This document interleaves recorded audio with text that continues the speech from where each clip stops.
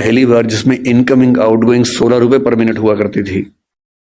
वो ऐसे phone button वाले जिनसे आप कील भी ठोक सकते हैं, ऐसे फोन हुआ करते थे। कितने साल के बाद पहली बार स्मार्टफोन आने शुरू हुए, फिर पता लगा कि फेसबुक भी कुछ होता है, फिर पता लगा व्हाट्सएप भी कुछ होता है, फिर पता लगा कि रोबोटिक्स भी होने लग गया है, फिर पता लगा आर्टिफिशियल इंटेलिजेंस भी होने लगी है। और आज हम उस बिंदु पर आ चुके हैं, मुश्किल से 2 साल की बात है, मशीनें अंतिम रूप से इंसान को हराने वाली हैं, हर मामले में हराने वाली हैं। जो जो खुश फहमी हम सबको हैं वो सब खत्म होने वाली बहुत जल्दी, मैक्सिमम 2 साल का समय है। अभी एआई आ गई है, जिस दिन एजीआई ठीक से आ गई, एजीआई का मतलब है आर्टिफिशियल जनरल इंटेलिजेंस, और एआई की दुनिया के सबसे बड़े धुरंधर सैम ऑल्टमैन ने कल ही एक इंटरव्यू दिया, कल या परसों में, और कहा है कि चैट जीपीटी 4, जिसको आप बहुत बड़ा समझ रहे कि कमाल हो गया है, वो अगले 2 साल बाद हास्यास्पद मानी जाएगी। वो प्रिमिटिव किस्म की टेक्नोलॉजी है, इतनी हास्यास्पद मानी जाएगी कि इतना भद्दा काम भी क्या हमने किया था कभी। और आज हम चैट जीपीटी को देख के दंग रह जाते हैं। कुछ भी करना हो, फोटो बनानी हो, वीडियो बनाना हो, रिसर्च करनी हो, कुछ भी करना हो, आप चैट जीपीटी को ठीक सा प्रॉम्प्ट दीजिए। मतलब मैंने कई बार ऐसा करके देखा, एक विषय पर रिसर्च करनी है, पहले मुझे दिन भर लगता था 24 घंटे रिसर्च करने में, अब 24 सेकंड लगते हैं, वो सब कुछ करके देता है। और आज से 2 साल बाद ये प्रिमिटिव होने वाला है, आदिम होने वाला है, उसके बाद तो पता नहीं क्या होगा। इस दौर में जो बच्चे पैदा हुए, जिनको जेन जी और पता नहीं क्या क्या आजकल हम बोलते हैं, जनरेशन जी है, जनरेशन वाई है, हर 5-7 साल में चेंज हो रही जनरेशन आजकल। ये किस दौर के बच्चे हैं? ये पैदा होते हैं जैसी माँ थोड़ी परेशान है, बाप परेशान है, खट से उसको मोबाइल फोन दे दिया, ये टेलीविजन पे लगा दिया कोई अच्छा सा टीवी चैनल जिसपे वो सब आ रहा है, राइम्स आ रही है, अच्छी अच्छी वीडियो के साथ आ रही है, कार्टून फिल्म आ रही है, और बच्चे को पता लग गया कि एक मेरा बाप है, एक मेरी माँ है, और एक इन दोनों से ज्यादा इंटरेस्टिंग एक और है, ये बड़ा सा, इसमें हमेशा बढ़िया चीजें आती हैं, ये तो कभी कभी गुस्सा करते हैं, ये वाला ज्यादा अच्छा है, तो टीवी पे ज्यादा उसको मजा आने लगता है। अब रात को सो रहे वहां तो टीवी भी नहीं है, तो फिर फोन दे दिया, फिर बच्चा फोन में। कई बच्चे आजकल ऐसे हैं जो किताब जब पहली बार देखते हैं, किताब पे ऐसे ऐसे करते हैं, क्योंकि वो जिस दौर के बच्चे हैं उनको अखबार पे, किताब पे, इतना ही नहीं, दीवार पे ऐसे करने लग जाते हैं, टेबल पे ऐसे करते हैं कि बड़ी क्यों नहीं हो रही टेबल, क्योंकि वो क्या कर रहे हैं, उसी दौर के बच्चे हैं। ये तो मजे की बात है कि अच्छा फोन है, माँ की चिंता कम, बाप की चिंता कम हो गई, फोन दिया, हम मस्त हो गए। लेकिन साथ में और क्या क्या आता है? इन बच्चों का खेलने का मन नहीं करता, क्योंकि इनके पास खेल से ज्यादा रोचक चीजें हैं। मुझे अच्छे से याद है कि हमने पहली बार 5वीं 6वीं क्लास में जाके ऊट पटांग चीजें पढ़नी देखनी शुरू की थी स्कूल में। पहले क्या है, पेरेंट्स हैं घर में, पेरेंट्स के होते हुए हिम्मत नहीं हो सकती, ना दिमाग में कुछ आता था। स्कूल गए, हर स्कूल में क्या होता है, एक आध बच्चा होता है जो नेता होता है क्लास का, जो कहीं कहीं से ज्ञान लेके आता है और सारे बच्चों में डिस्ट्रीब्यूट करता है कि भैया तुम तो बच्चे हो, तुम्हें नहीं पता दुनिया कैसे चल रही है, ये है असली चीजें। तो मुझे याद आता है कि शायद 6वीं 7वीं क्लास में पहली बार हमारी क्लास से एक छठा हुआ बच्चा था, कुछ किताब लाया था, कुछ फोटो वोटो थी उसमें ऊट पटांग सी, हम सब ने देखी, हम समझ भी नहीं पाए कि ये सब क्या है, पर ये हमें पता लगा कि इसको देखने से आदमी बड़ा माना जाता है, स्मार्ट माना जाता है।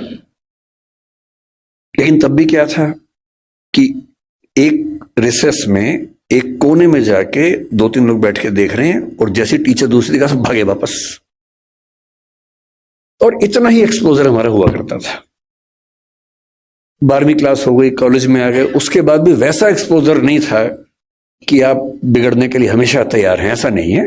दुनिया बहुत कंट्रोल्ड किस्म की थी, रेगुलेटेड किस्म की थी। अब इंटरनेट की दुनिया है, आप जितने भी स्मार्ट माता पिता हो, आपके बच्चे आपसे ज्यादा स्मार्ट हैं। और अगर आपको लगता है कि आप इंटरनेट और मोबाइल और डिवाइसेस में उनका मुकाबला कर पाएंगे, तो आप बच्चे हैं, नहीं कर सकते, वो हमारे बस की बात नहीं है, संभव नहीं है। आप टाइप करते हैं मैसेज, एक एक उंगली ऐसे करते हैं, ऐसे करके आपको जैन टाइप करना है, जे, फिर देखा ए कहां, AIN, और वो फोन पे ऐसे टाइप करते हैं सामने देखते हुए, और गलत नहीं होता है, एक एक की सही दबाते हैं। आप उनसे मुकाबला करने का सोचते हैं। आपको प्लेटफॉर्म पता भी नहीं होंगे, वो उन प्लेटफॉर्म पे जाते हैं। 5 साल का बच्चा जब स्कूल जाने लगता है, उसी समय उसको पता लग जाता है कि क्या चीजें दुनिया में हैं जो पहले पता लगती थी 15 के आसपास की उम्र में, 13 के आसपास की उम्र में। फोन आपने उसको दे रखा है ताकि हमें परेशान कम करे। फिर वो फोन में पहली बार सर्च करता है कुछ, अभी उसको ये नहीं पता कि सर्च हिस्ट्री डिलीट कर सकते हैं। तो बाप पकड़ लेता है, पिटता है बच्चा। फिर उसका स्कूल का फ्रेंड बताता है कि नहीं, इनकॉग्निटो जाना है। अगली बार से बच्चा स्मार्ट हो गया है। 6 साल का बच्चा स्मार्ट है, इनकॉग्निटो में वो सब देख रहा है जो आप नहीं चाह रहे थे, और जो आप देख रहे थे लेकिन आप नहीं चाह रहे थे कि वो देखे। बच्चा है, छोटा बच्चा है, उसका एक्सपोजर का लेवल सोच के देखिए। ये हंसी मजाक में मैं कह रहा हूं, लेकिन बात की गंभीरता को देखना है। 6, 7, 8 साल के बच्चों का वो एक्सपोजर लेवल है जो पहले 14, 15, 16 की उम्र में होता था। मेडिकल साइंस इस बात को मान चुकी है। मैं जितनी बातें कोट कर रहा हूं, मैं हवा में कोट नहीं कर रहा हूं, मेडिकल साइंस की रिसर्चेस के बेस पे कोट कर रहा हूं। आपको आश्चर्य होगा, आज से 1 महीने पहले एक रिपोर्ट आई है, लगभग पूरी दुनिया में प्यूबर्टी की एज 1 साल कम हो गई है, जिसको टीनेज बोलते हैं कि 13 साल की उम्र में टीनेज आती है, बच्चियों को मासिक धर्म शुरू होता है। दुनिया भर में उसकी एज 1 साल कम हो गई है, और ये ऐसे नहीं हो गई है, ये एक्सपोजर से होती है। लड़के भी जल्दी मैच्योर हो रहे हैं। जो हरकतें 15, 16, 18 में ठीक लगती हैं, किसी बच्चे के मन में भाव आने चाहिए, 8, 9, 10 में वैसी बातें हो रही हैं। ये तो फिर भी छोटी बात है। इसके बाद जो होता है तो बच्चे ही, एक्सपोजर बहुत बड़ा मिल गया है। जब वो नेट पे जाते हैं तो नेट पे जो पिशाच बैठे हुए दुनिया भर में, जो साइबर ठग हैं, जो साइबर क्रिमिनल्स हैं, वो इसी ताक में हैं कि बच्चे मिल जाएं। उनको पता है कि बच्चे का मनोविज्ञान क्या है। वो हैकर्स हैं, वो हैक कर लेंगे कि उस बच्चे ने क्या क्या सर्च किया है, उसकी पूरी कुंडली खोल लेंगे कि बच्चे का इस समय मन कहां अटका हुआ है। अगर 9, 10, 11, 12 साल का कोई लड़का है जो कुछ ऐसे वीडियोस देख रहा था या इमेजेस देख रहा था, उसमें भी देख रहे हैं कि कैसी रेस, व्हाइट रेस उसको पसंद है कि इंडियन तरह के लोग पसंद हैं, फिर उनकी तरफ से उसी रेस का वैसा ही सुंदर दिखने वाला व्यक्ति, फीमेल, और यदि कोई बच्ची है तो वो मेल, उससे इंटरेक्शन शुरू करेगा, उससे बातचीत होने लगेगी। धीरे धीरे उसको वो उलझाएगा अपनी बातों में। वो बच्चा तो माँ बाप से छुप के कर रहा है सब, माँ बाप को पता ही नहीं है। और फिर वो उस बच्चे को प्रलोभन बहुत बड़े बड़े मिलेंगे। आपको ये सब नहीं पता है तो पता होना चाहिए, बहुत बड़े रैकेट चल रहे हैं इस समय दुनिया में। 11-12 साल का एक लड़का अपने कमरे में लैपटॉप पे वीडियो चैट कर रहा है, शायद एक ऑस्ट्रेलियन लड़की से जिसकी उम्र 21, 22, 25 साल है, और वो उससे मीठी मीठी बातें कर रही है। और फिर वो उससे कह रही है कि देखो, तुम इतने सुंदर हो, मैं तुम्हें देखना चाहती हूं, तुम भी मुझे देखो। फिर वो अपने थोड़े से कपड़े उतारती है, उसको कहती है कि तुम भी ऐसा, वो तो प्रोफेशनल है, तुम भी ऐसा करो। और वो बच्चा जिसको कुछ नहीं पता कि ये दुनिया कैसी है, वो कुछ कर बैठता है, और ये पूरा वीडियो रिकॉर्ड हो रहा है। और जैसी ऐसी चीज होती है, उस वक्त खट से मैसेज आता है कि अगर 2 घंटे में इस अकाउंट में $500 जमा नहीं किए तो ये वीडियो क्लिप तुम्हारे पापा, मम्मी, तुम्हारा इंस्टा अकाउंट मेरे पास है, इंस्टा अकाउंट में जितने तुम्हारे फ्रेंड्स हैं उन सबके पास चला जाएगा, सबके ईमेल आईडी मेरे पास है। इसको बोलते हैं सेक्सटॉर्शन। और ये इस समय टीनेजर्स की दुनिया की सबसे बड़ी क्राइसिस है। बड़ी बात नहीं है कि हम में से किसी का बच्चा झेल चुका हो, बड़ी बात तब होगी जब उसने आपको बताया हो। और अगर आपको नहीं बताया है और आप इस खुशफहमी में कि ऐसा हमारे बच्चे को हो ही नहीं सकता, तो फिर कह रहा हूं कि हम इस बात से अनजान हैं कि हम किस स्थिति में हैं। अपने बच्चों से बात करना शुरू कर दीजिए। पहली बात तो ऐसा ना हो, और हो जाए तो आपसे बात कर लें।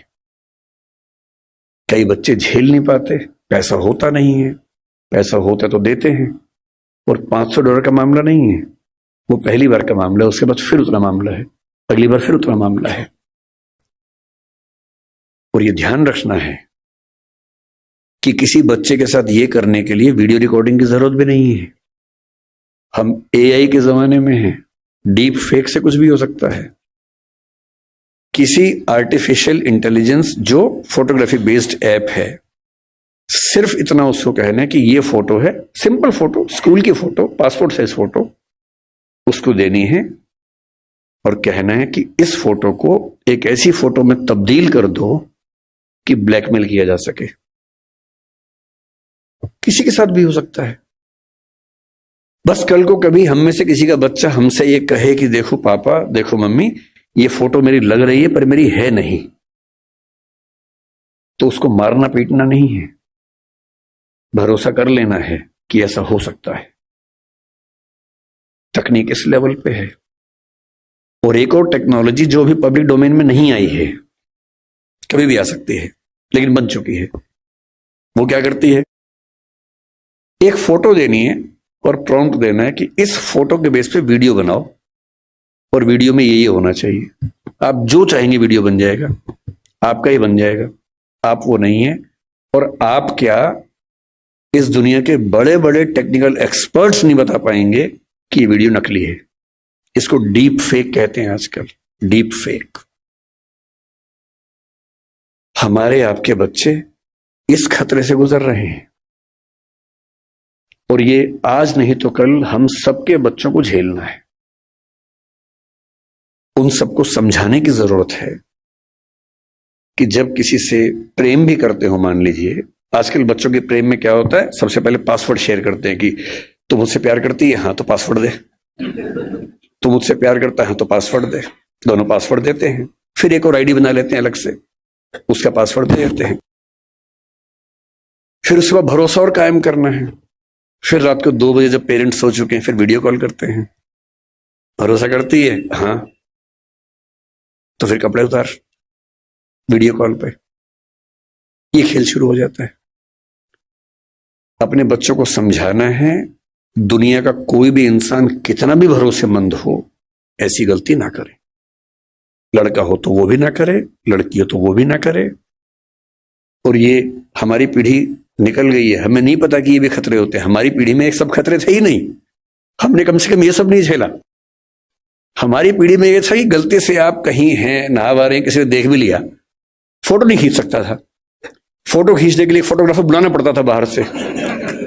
या तो हर आदमी फोन लेके घूम रहा है, और फोटो अगर खींच गई, अगर आपको भी ऐसी मासूमियत आपके अंदर है कि मैंने फोटो खींच ली, मेरा फोन तो एयरप्लेन मोड पे है, मेरे फोन में ही है, बाहर तो गया ही नहीं, इसको बोलते हैं मासूमियत। अगर आपने फोन में फोटो खींच ली है तो डिलीट कर दिया उसको, अगर आपको लगता है डिलीट हो गई तो ये मासूमियत है। कोई सिंपल सा टेक्निकल एक्सपर्ट जो बहुत ज्यादा पढ़ा लिखा भी नहीं है, 2 मिनट में फोटो बाहर निकाल लेगा, कितनी भी डिलीट करते रहिए अपने फोन से। और एक बार इंटरनेट पर चली गई तो दुनिया की कोई ताकत उसको परपेचुअल मेमोरी से डिलीट नहीं कर सकती।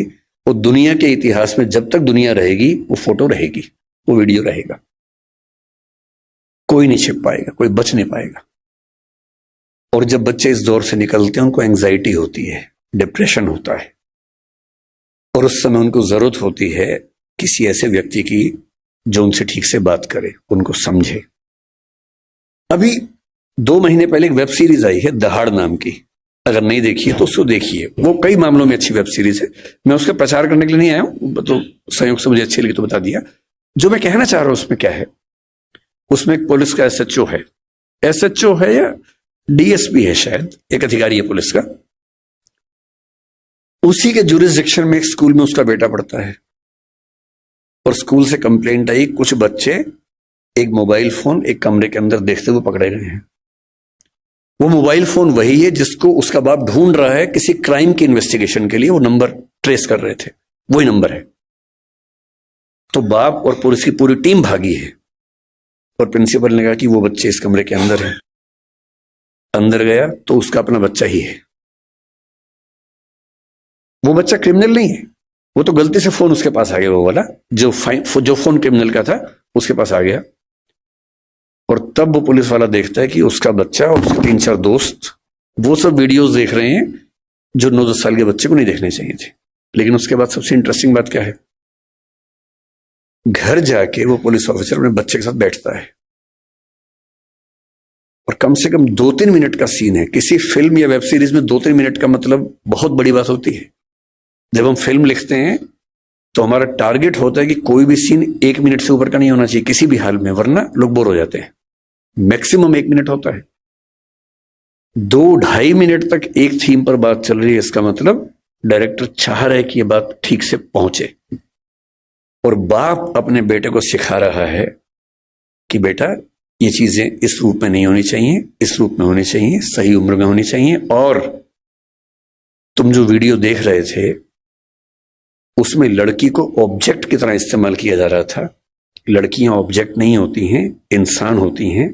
तुम्हारी मां, तुम्हारी बहन भी लड़की है। ध्यान रखना, जिससे प्रेम करो, जिससे शादी करो, वैसा ही सलूक करना जो चाहते हो कि तुम्हारी बहन के साथ भी हो। ये होती है बाप की जिम्मेदारी, ये होती है मां की जिम्मेदारी कि जब बच्चे उस रास्ते पर जाए तो उनको थोड़ा समझाए कि क्या करने की जरूरत है।